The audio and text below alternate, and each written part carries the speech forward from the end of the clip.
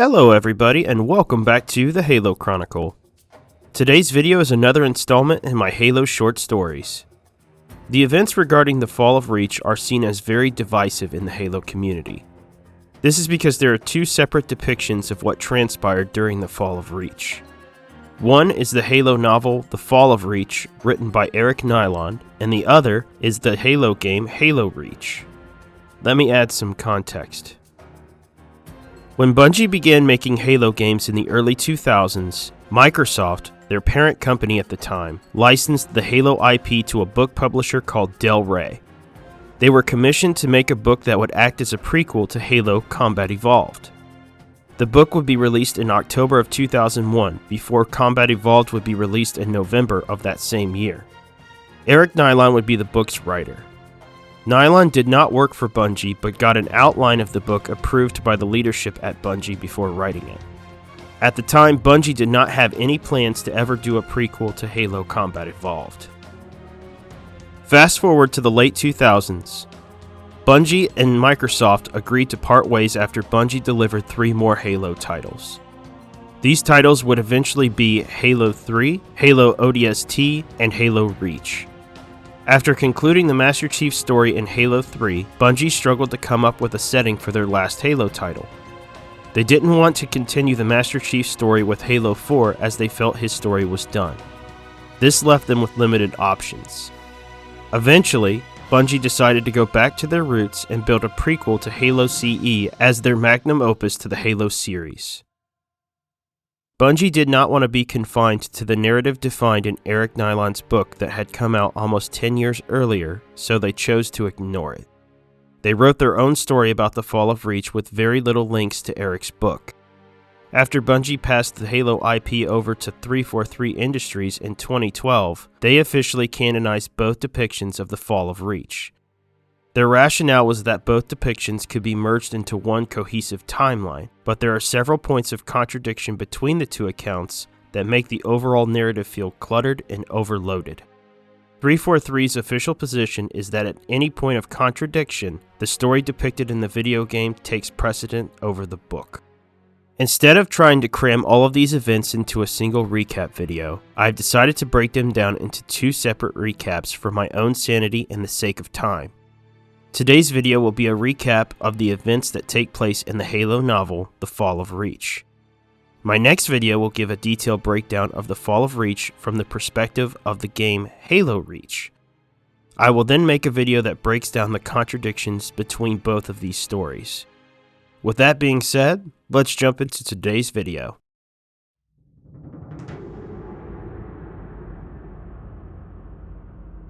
From the perspective of Eric Nylund's book, before we can discuss the Fall of Reach, we must first talk about the Battle of Sigma Octantis IV. Sigma Octantis IV is a human colony in the Sigma Octantis system. On July 17, 2552, a UNSC ship commanded by Jacob Keyes would be patrolling the system when he would receive reports from a slipspace sensor outpost. This report would indicate a large object was moving through slipspace near the planet.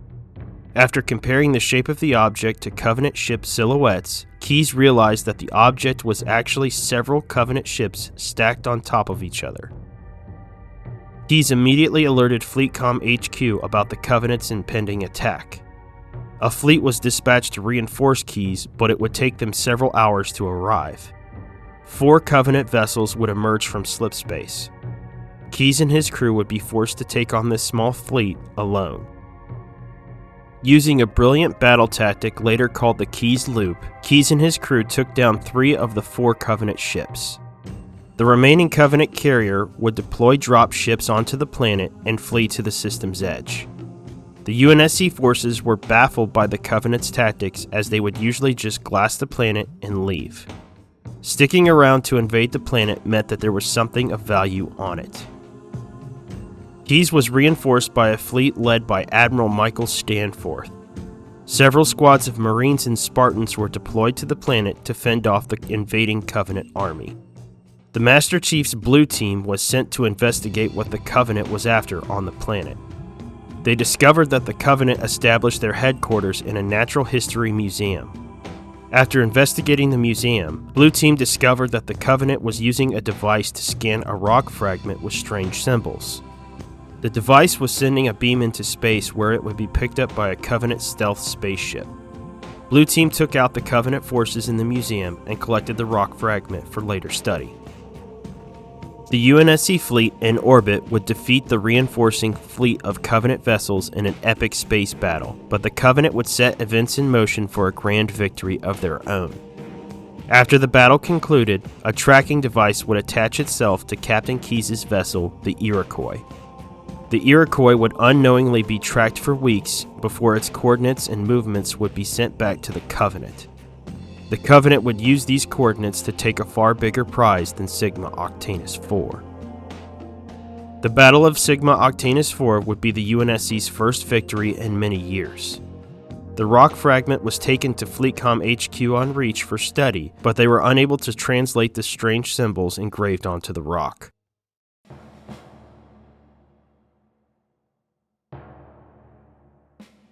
After years of devastating defeats at the hands of the Covenant, the UNSC began to formulate a final desperate plan to end the Human-Covenant War. This plan would be called Operation Red Flag. It called for the UNSC to upgrade a ship with the best equipment available and the best flight crew it could muster. They would then recall all of the Spartan IIs from forward areas and assign them to this new ship. The ship would travel into Covenant-controlled space, where it would disable a Covenant ship long enough for the Spartan IIs to board it and take control of it using an infiltration expert. They would then infiltrate the Covenant capital world in order to capture a member of their leadership caste called a High Prophet. The Spartan IIs would then bring this High Prophet back to human-controlled space and use it to force the Covenant to broker a peace agreement. Dr. Halsey would be put in charge of coordinating this mission with the help of Admiral Michael Stanforth. She, as well as an artificial intelligence called Cortana, would select the ship and the crew for this mission. The Pillar of Autumn was selected as the ship due to its honeycomb-like structure.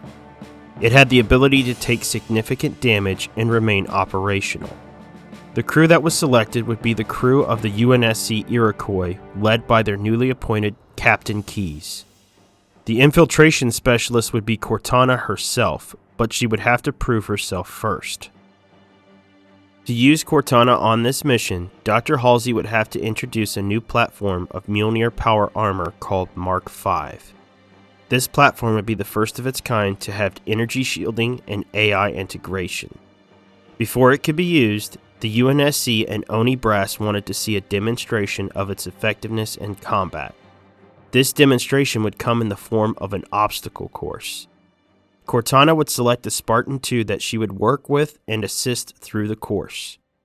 The end objective was to ring a bell at the end of the course. Cortana selected Spartan John 117, aka the Master Chief, to be the Spartan she would work with on this exercise. The original parameters for this exercise given by Dr. Halsey would be overwritten by a political rival named James Ackerson.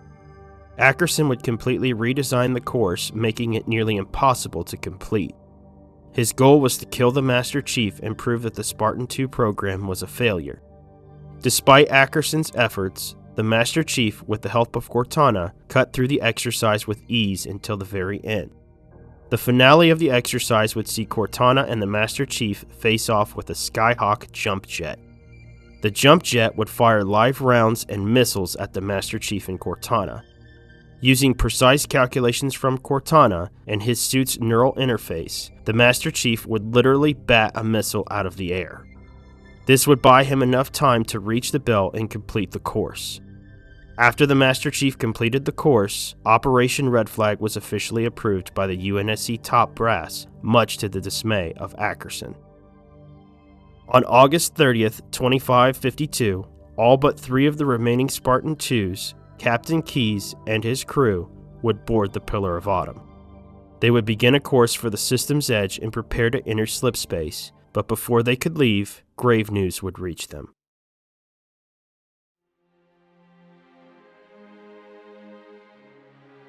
Captain Keyes would receive an emergency action message from Fleet Comm HQ on Reach indicating that an enormous fleet of Covenant vessels had been detected on the system's edge. All UNSC ships in system and in neighboring systems were recalled to Reach to help defend the planet. This included the Pillar of Autumn. The Covenant's invading fleet would be enormous. It encompassed 315 capital ships. In comparison, the UNSC only had 53 vessels capable of defending Reach. When it came to the defense of Reach, nothing was more important than the 20 orbital Super Mach gun platforms. These platforms were capable of firing Super Mach rounds that could pierce a Covenant ship's shields and gut it stem to stern with a single round. These super orbital mechs came with a significant weakness. They required a tremendous amount of power to use.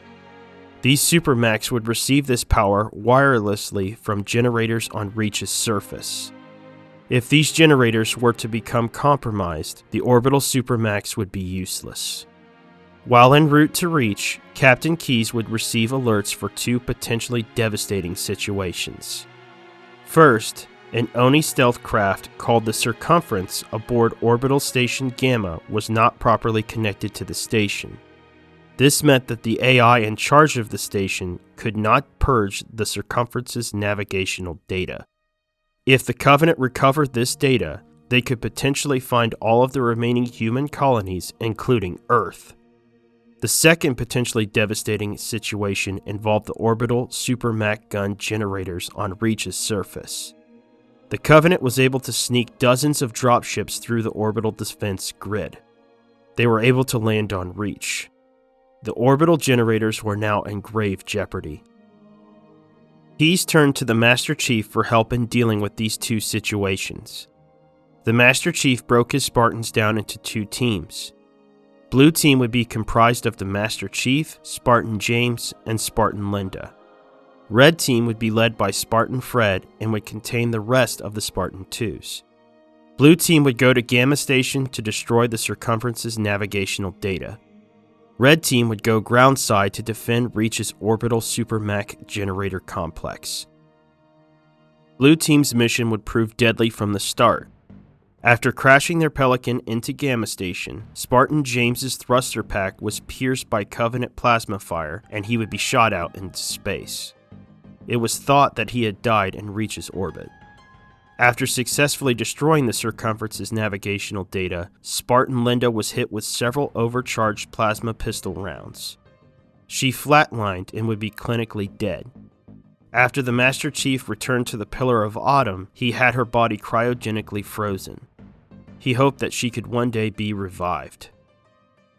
Red Team's mission was a disaster from the start.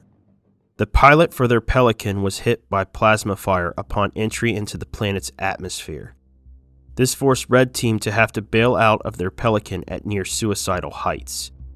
To cushion their falls, the Spartans overloaded the gel layers of their Mjolnir power suits, but the fall was still fatal.